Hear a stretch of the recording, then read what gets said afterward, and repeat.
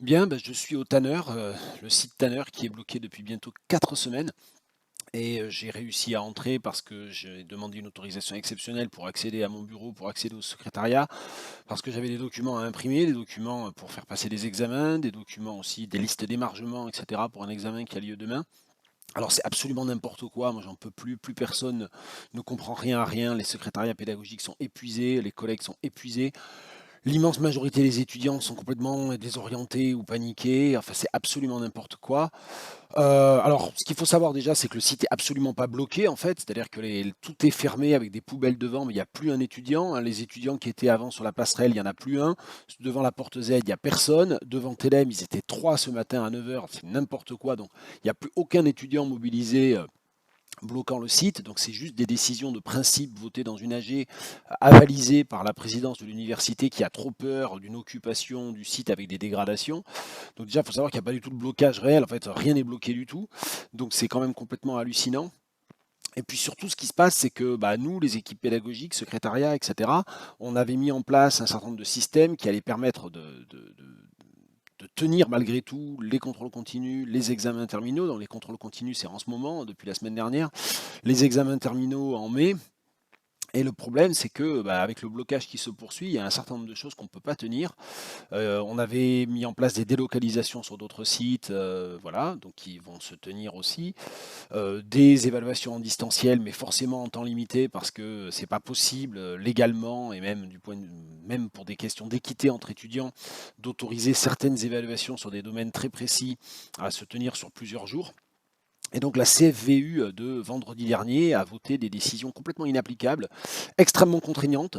En théorie pour le bien des étudiants, ça a été porté par des représentants étudiants à la CFVU, sauf qu'à l'arrivée, le problème c'est que ces décisions contraignantes, comme je l'ai expliqué aux étudiants depuis vendredi après-midi, vont déboucher sur une impossibilité de tenir certaines évaluations pour certaines matières. Donc c'est extrêmement problématique parce que ça veut dire qu'a priori, tout le monde va aller au rattrapage sur ces matières-là. Et donc si sur certaines matières tout le monde va au rattrapage, ça veut dire que tout le monde va au rattrapage, que rien n'est validé, rien n'est compensé.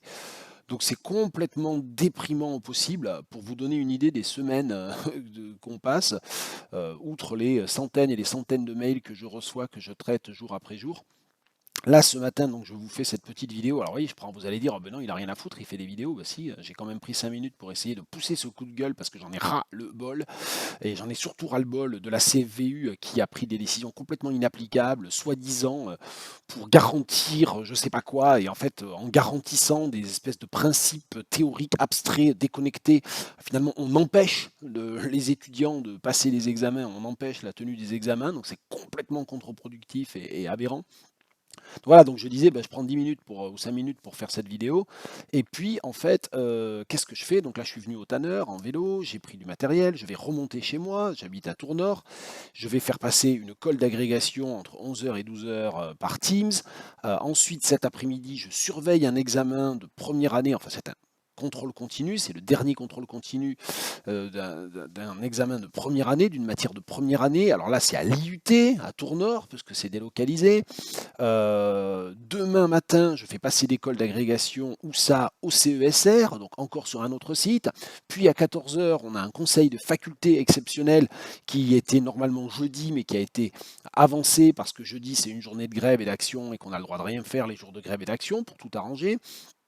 14 heures, donc demain, je suis où? À l'EPU. Donc l'EPU, c'est encore à un autre endroit. Et puis de 17h30 à 20 heures demain, comme si on s'ennuyait trop, qu'est-ce que j'ai?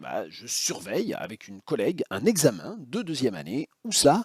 Sur le site Portalis, Haut de Lyon. Voilà, donc c'est un blocage qui sert absolument à rien du point de vue de la lutte contre la réforme des retraites, parce que moi je suis mobilisé contre la réforme des retraites, vraiment, depuis 3 mois, je fais des grèves, je fais les journées d'action, je bouge beaucoup, et en fait, le blocage empêche en fait l'action contre la réforme des retraites, et surtout, en fait, il empêche tout un tas de choses dont le blocage ne change absolument rien pour la mobilisation contre les réformes du gouvernement. Donc c'est complètement n'importe quoi, et voilà, c'était pour marquer un peu le coup, pour expliquer ce qui se passe, et puis voilà, mais je sais pas, je sais même pas comment finir cette vidéo, donc voilà, je la finis pas.